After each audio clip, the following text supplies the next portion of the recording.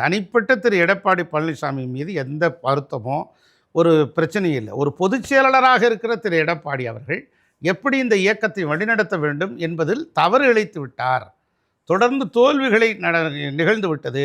இந்த இயக்கத்தை சரியான முறையில் வழிநடத்த செல்ல வேண்டிய அவர் தவறு இழைத்து விட்டார். அவர் மாத்திரம் இல்லை, தோல்வி என்பது 1.5 கோடி இயக்கத்தின் தொண்டர்கள் 1,10,00,000 வாக்குகள் கிடைத்திருக்கிறது. நீங்க வந்து இதையெல்லாம் நம்பிக்கை இழந்து விட்டாரே. தப்பா இருக்கலாம், தவறாக இருக்கலாம், ஆனால் உள்நோக்கம் இருந்தது. அவர் காசு வாங்கிட்டு பண்ணாரு, சீட்டை 10 கோடி ரூபாய்க்கு வித்துட்டாரு. ஆமா, எல்லாம் நடந்ததுங்க.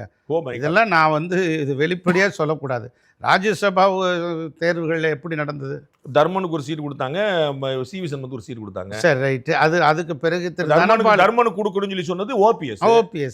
சிவி சண்முகம் கட்சியில பழைய ஆள் ஒரு மருத்துவ அவர் கொடுத்தாங்க. ஆமா, அதற்கு பிறகு திரு தனபால் தேர்வு எப்படி நடந்தது?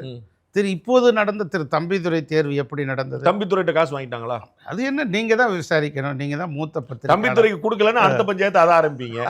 டெல்லிக்கு இருக்கக்கூடிய ஒரே கனெக்ஷன் அவர் தான். அவர் வந்து டெல்லியில அம்மா பீரியட்ல இருந்து இருக்கிறாரு, துணை சபாநாயகர் ஆக்கப்பட்டவர். நாங்க அதை வந்து வெளிப்படையா வந்து சொல்லக்கூடாது.